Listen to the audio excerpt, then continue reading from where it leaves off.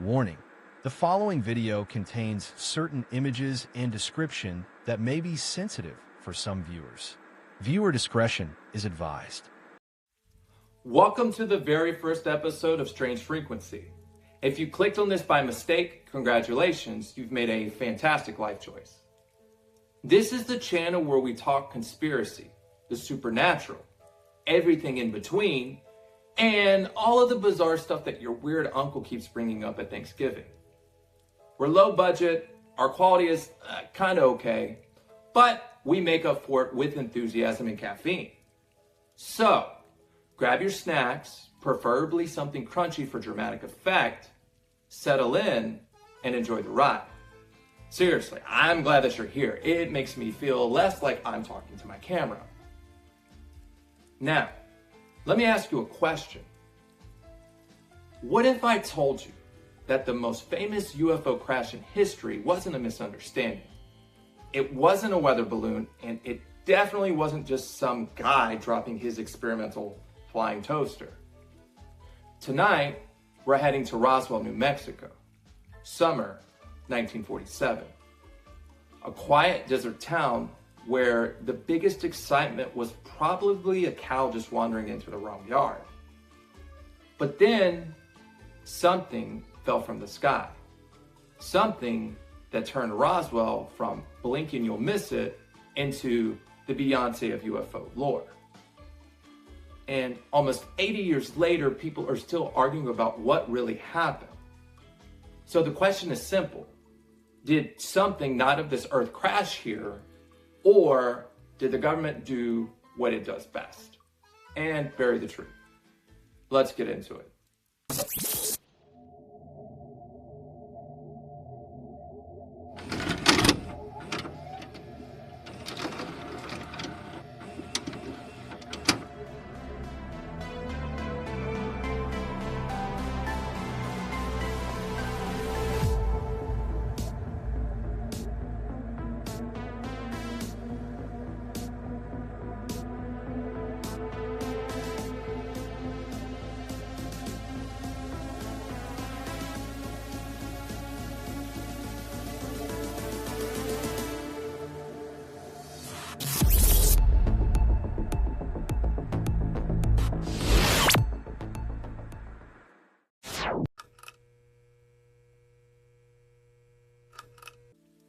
It's early July 1947, and America is still riding the high of winning World War II, but immediately stepping into the world's most awkward sequel, the Cold War.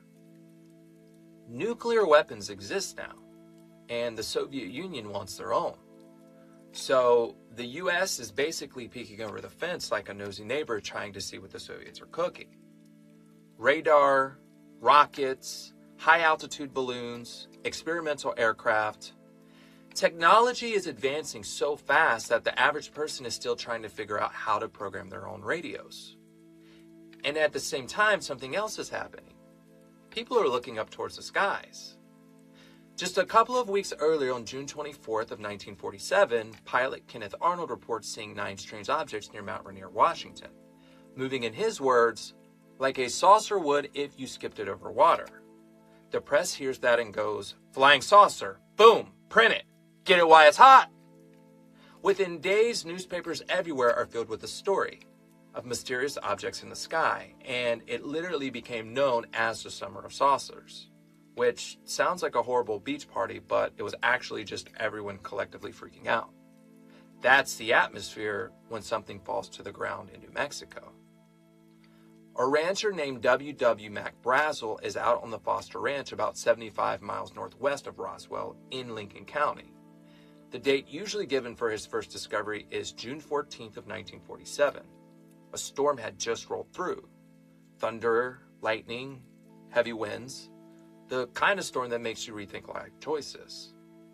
When the sky finally cleared, Brazel notices something strange scattered across one of his pastures.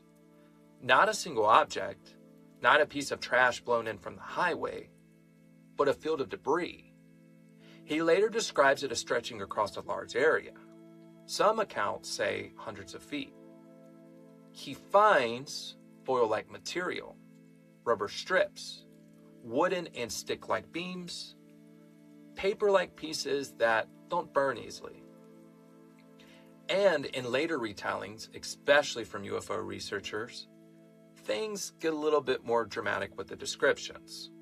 Lightweight, metallic, oddly durable, material that you could actually crumple and it would snap back into shape, like the world's first memory foam alien craft. Now here's the important part. You see, at first, Brazel really doesn't think much of it. He's a rancher who lives near multiple military installations. Finding weird debris is basically a part of the job description, so he leaves it there. And actually, weeks wind up passing. And it's not until early July, around July 4th, that when he returns with his family, then they gather some of the material. By then, flying saucer stories are everywhere. And this time, the debris feels different. So, on July 6th of 1947, Brazel drives into Roswell and reports what he found to Sheriff George Wilcox.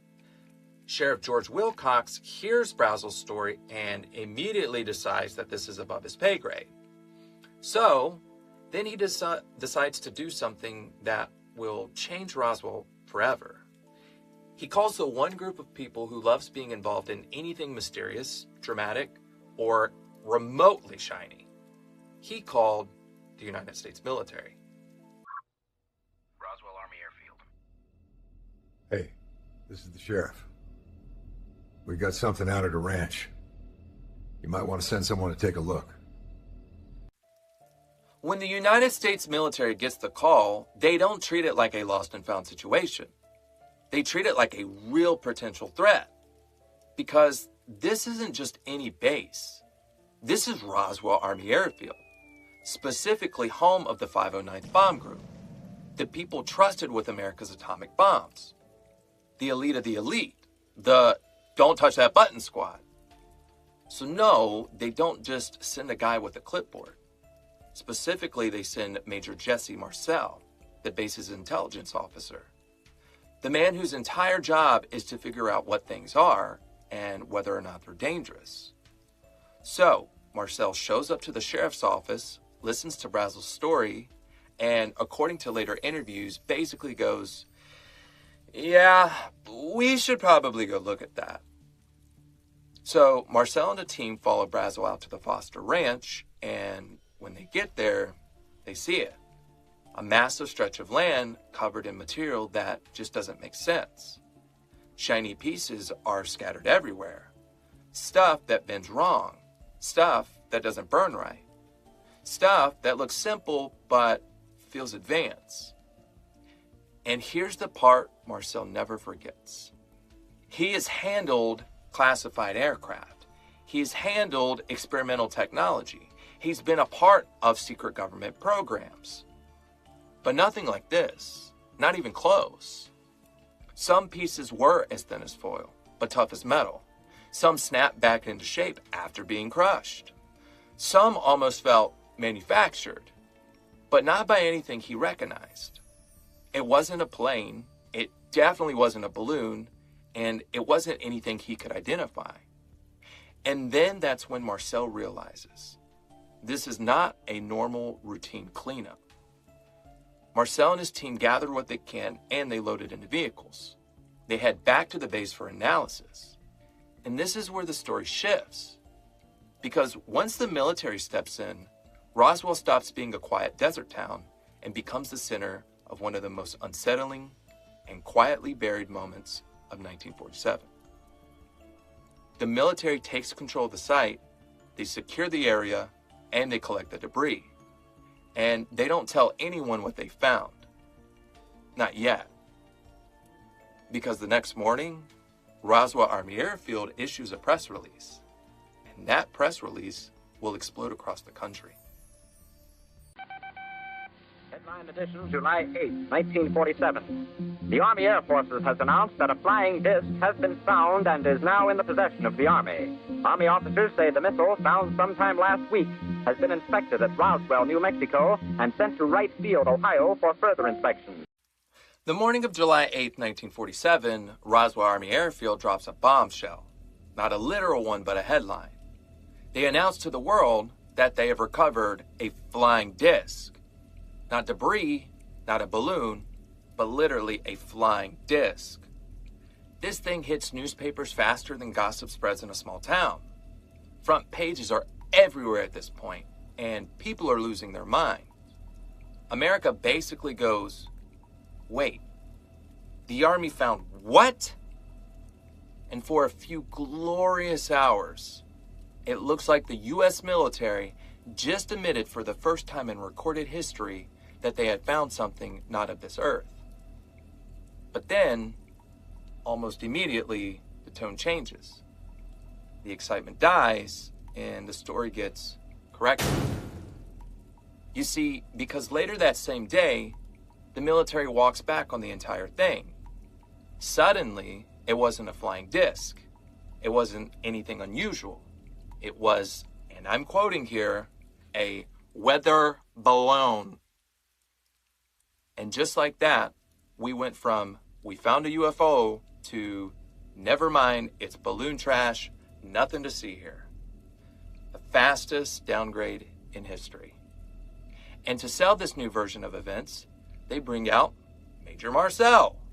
This same man who said that the material was unlike anything he had ever seen before is now photographed holding the balloon debris. Except here's the problem.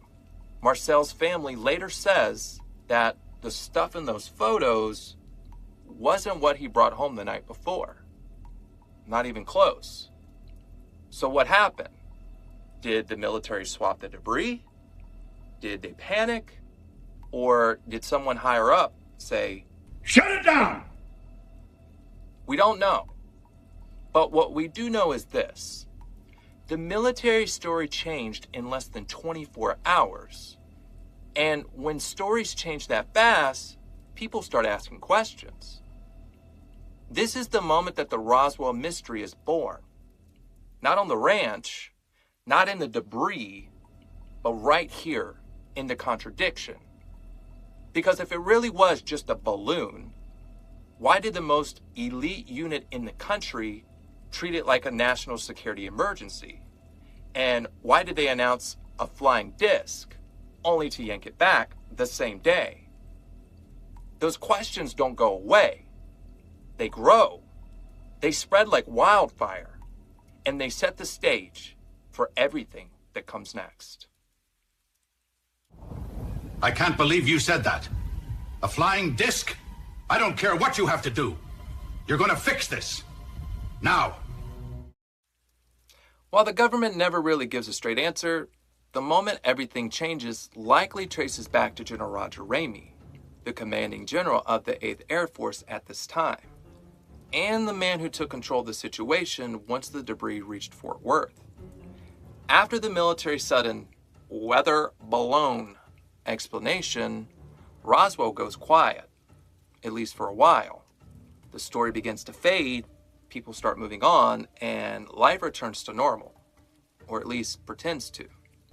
But you see, decades later, the story comes back, louder and stranger, and with new details that no one had mentioned in 1947. Because suddenly, people start talking about something the original report failed to mention, a second crash site. According to these later accounts, the debris field at Foster Ranch wasn't the only location that Major Jesse Marcel and the military visited. There was another site, one the military supposedly had gotten to first. A site with bodies. And this is where Roswell shifts from weird debris to, okay, what the is going on? One of the most talked about voices in this part of the story is Glenn Dennis, a young mortician in Roswell at the time. He claims he had gotten a strange call from the base asking about child-sized coffins. That's not a normal request, not even close. Dennis says he also knew a nurse that told him she saw bodies at the base hospital. Small, not human, and they were heavily guarded. She supposedly had drew sketches and then disappeared from the story entirely. Other witnesses, like military personnel, civilians, and people who worked at the base, all started coming forward, each with their own piece of the puzzle. Pieces of the puzzle that didn't match the official explanation. Some say they saw wreckage being flown out under heavy guard. Others say they were threatened to stay quiet, Men in Black. Some say they saw creatures, and some say they were a part of the recovery operation itself. Now, here's the tricky part. These accounts came decades after the event, and we know that memory fades and that stories grow, and obviously people talk. But the consistency between many of these witnesses is what keeps the conspiracy alive. Because if you believe these later testimonies, the military just didn't find strange debris. They found something alive, or something that used to be. And if that's true, then the weather balloon explanation wasn't just a lie. It was a cover-up of something much bigger. This is the version of Roswell that becomes legend. This is the version that fuels documentaries and books, all the movies, late-night radio, and every UFO convention from here to entirety. But legends don't grow on their own. They grow because the official story kept changing.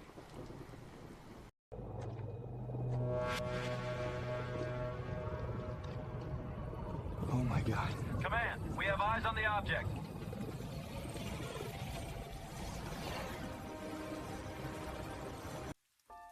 So here's the real conspiracy. According to the people who came forward decades later, the second crash site didn't just have debris.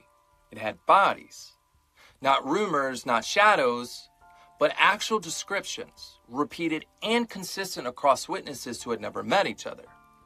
There were 3 bodies. 2 of them were dead, but 1 allegedly survived. And these weren't little green men. And they definitely weren't the Hollywood aliens with ray guns and big smiles. But they were small humanoid figures that were 3 to 4 feet tall with thin limbs and oversized heads.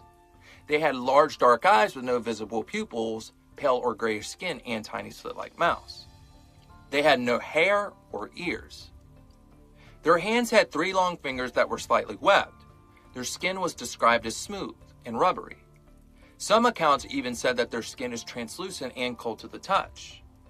The survivor, according to the reports, showed minimum signs of life. Shallow breathing, limited movement, faint vocalization, but was responsive to light. It was alive, but unfortunately fading. This is the part Glenn Dennis's nurse supposedly saw, the part that she drew sketches of, the part that she was terrified to talk about. The part that she talked about and then disappeared from the story. And the military treated the bodies like they were radioactive. Literally. Personnel relied on long-handled tools such as tongs and clamps to move the bodies, with no direct contact being made at all. The bodies were placed in thick canvas bags, then loaded into sealed crates and escorted by armed military police.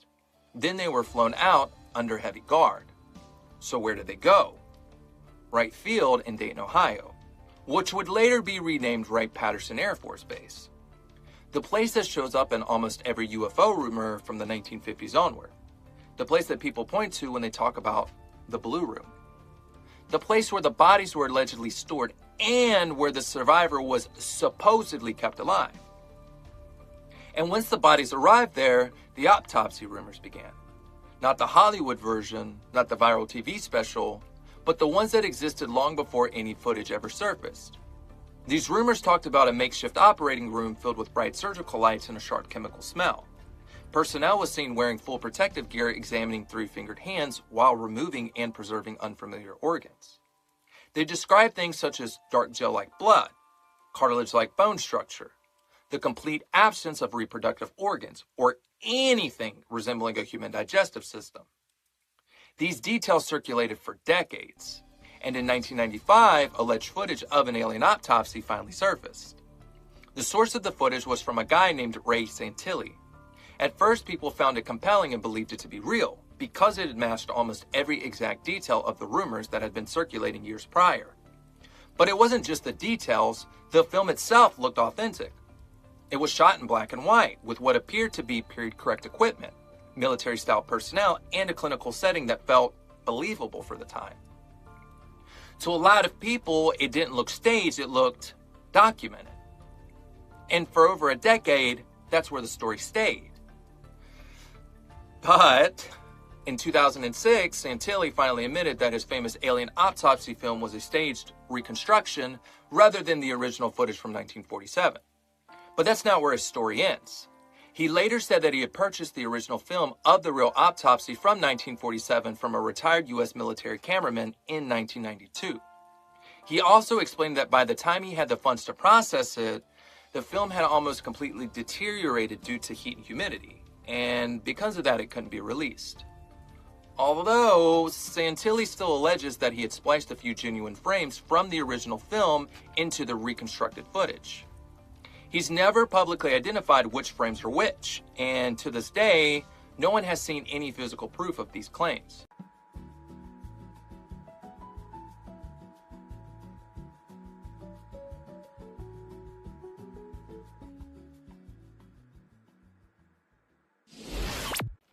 If you're curious about the alleged autopsy footage tied to Roswell, there is a link in the video description. Just as a heads up, the video isn't exactly subtle, and some viewers might find it graphic and unsettling. So, viewer discretion is advised. Either way, it's a part of the legend, and it's out there.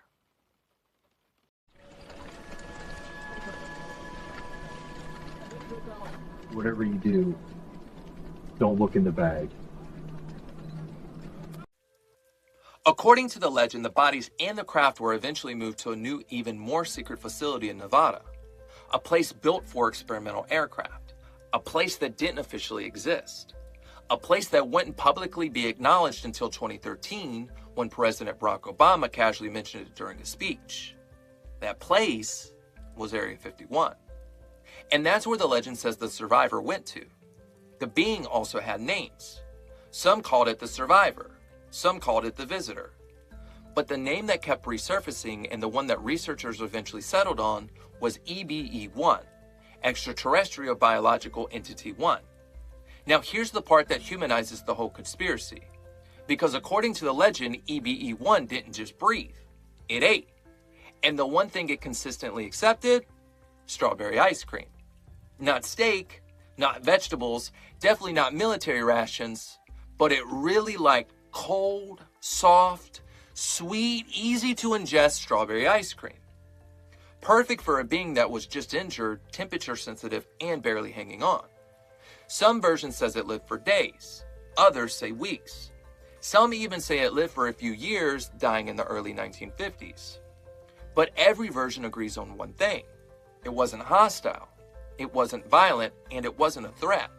It was just alive and stranded, sadly dying on a planet that it wasn't built for. But here's what ties everything together. If the military really recovered bodies and a survivor, that would be the biggest scientific discovery in human history. But from a national security perspective, the bodies weren't the biggest discovery.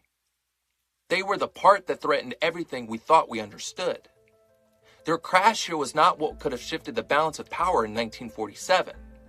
Their existence was just a consequence of something much bigger.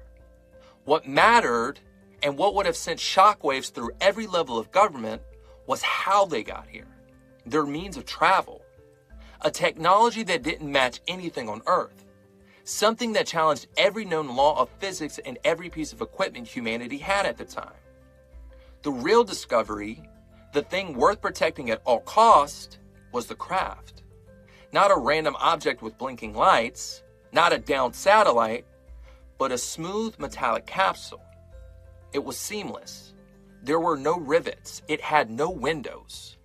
It was half buried in the ground as if it hit, skidded, and came to a rest. Damaged, but not destroyed. And that is the real reason many people believe the cover-up happened. Not because of the bodies, not because of the survivor, not because of the religious shockwave it would have caused, although that was absolutely a concern, but because of the technology, the materials, the propulsion, the engineering, the physics. The stuff that didn't belong in 1947 or 2026 for that matter. If the US military got its hands on something like that, the instinct would be immediate. Lock it down, hide it, study it, reverse engineer it, erase it from the world. The first move was to remove everything from New Mexico and secure it at Wright Field. And years later, when the operation expanded, everything was transported to its final home at Area 51, which we'll get into in its own episode because the story really deserves its own spotlight. And whether you believe every detail or none of it, this is what gave birth to the conspiracy of Roswell. The bodies, the survivor, the craft, the secrecy, the ice cream, the technology, the cover-up. The possibility that we're not alone, and that the U.S. government knew that since 1947. There you go.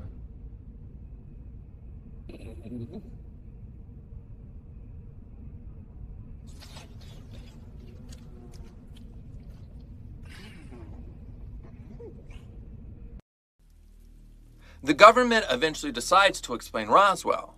Not right away, not consistently, and definitely not in a way that makes the whole thing sound less suspicious.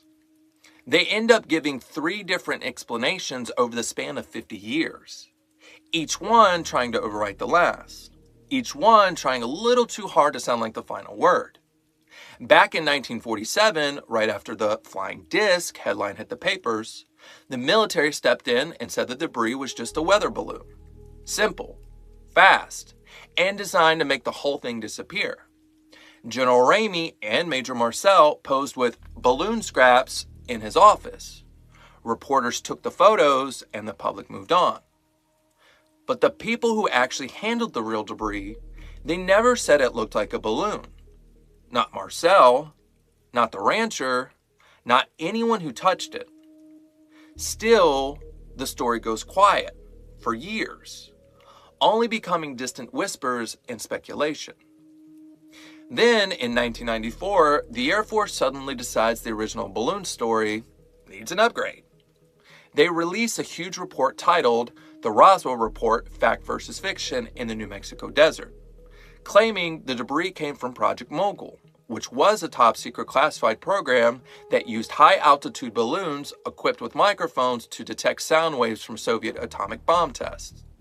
Mogul was real, but Mogul didn't match the descriptions. It didn't behave like debris. It didn't require armed guards.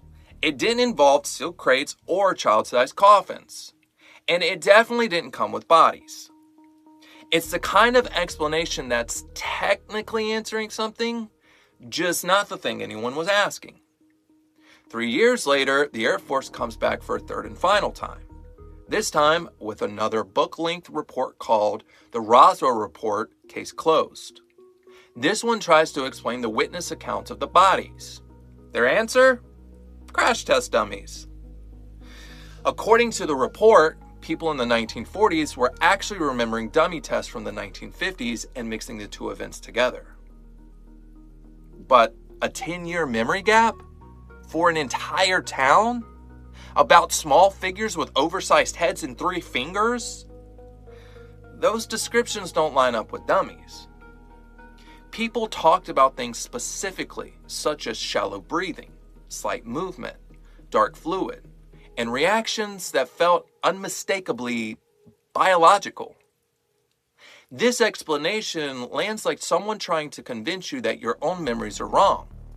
And not just wrong, but impossible. Putting all 3 of these explanations together, the pattern gets pretty obvious. First it's a balloon, then it's a different balloon, then it's dummies. None of these versions address the things people actually talked about. The second crash site, the nurse's sketches, the sealed crates, the child-sized coffins, the survivor, the craft, the strange material, the threats, the secrecy, or the consistency of the accounts. It feels less like an explanation and more like a cover-up. A cover-up that keeps slipping through their fingers every time someone looks too closely. It leaves a lot hanging in the air. The kind of loose ends that just don't go away because someone stamps "case closed" on a report. The official story always kept changing. The details never quite line up, And the explanations feel like they're working harder than the questions that they're supposed to answer.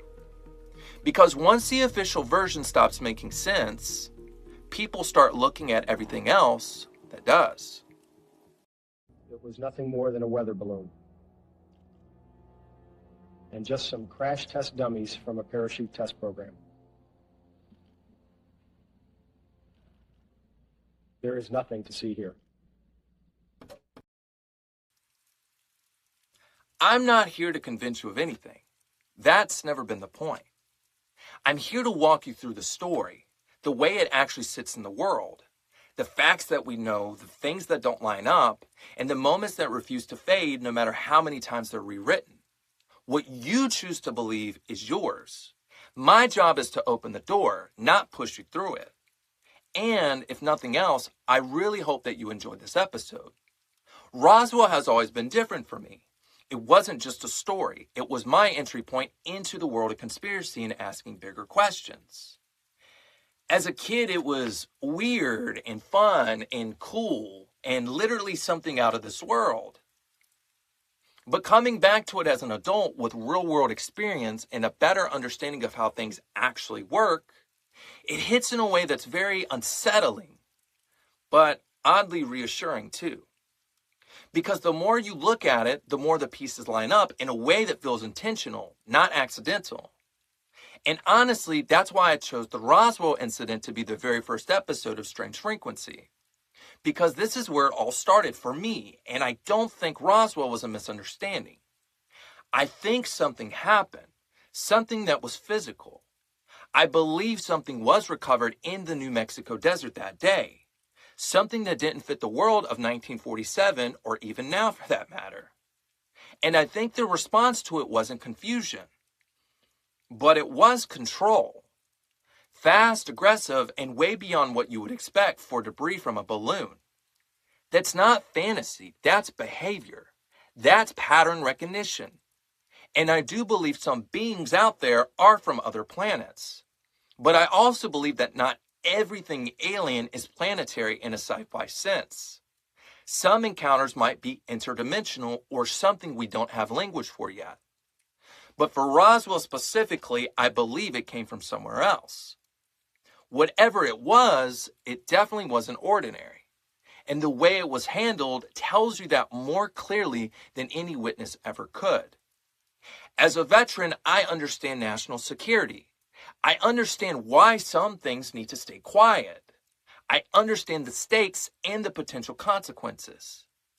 But I also understand when secrecy becomes something else.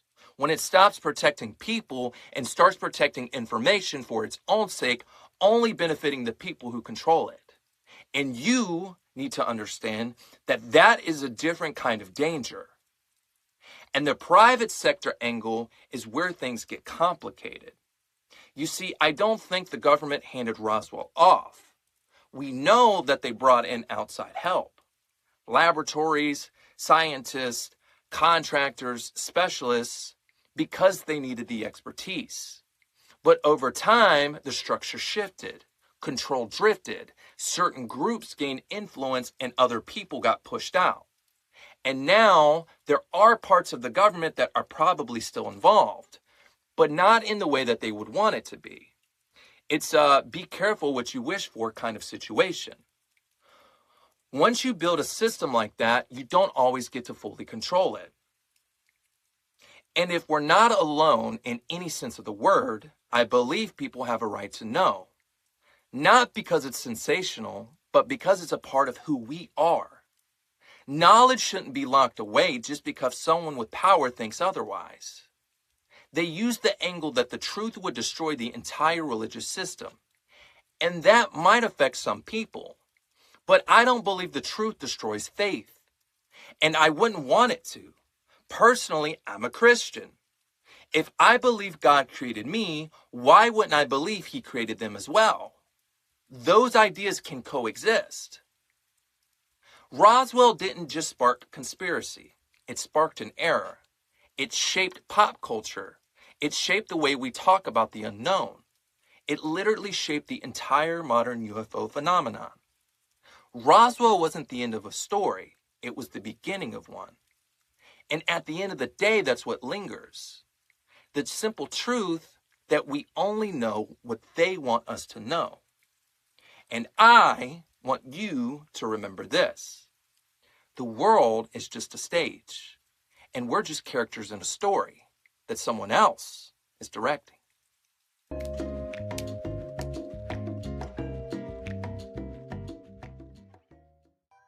All right, folks, thanks for sticking with me on this one. I hope you liked it. I'm really trying to make this channel into something meaningful, something worth your time. And your support genuinely makes the difference, probably more than you realize. If you've got ideas for an episode you want to see next, or topics you think I should dig into, drop them in the comments below. I really do read them. And I would like to hear your take on this one too. What stood out to you? What didn't sit right? Or just where you land on it overall? And if you know someone who probably have a strong opinion on this, send it to them. I'm curious what they would say as well. And I hate to even ask, but I do need your help. Because whether we like it or not, the algorithm is a weird and complex beast, one that needs to be tamed. And something as simple as a like or subscribe really does help win that battle. I appreciate you being here. Seriously, it means a lot. I'll see you in the next one. Stay curious, stay on the strange frequency, and remember, question everything. Okay, bye.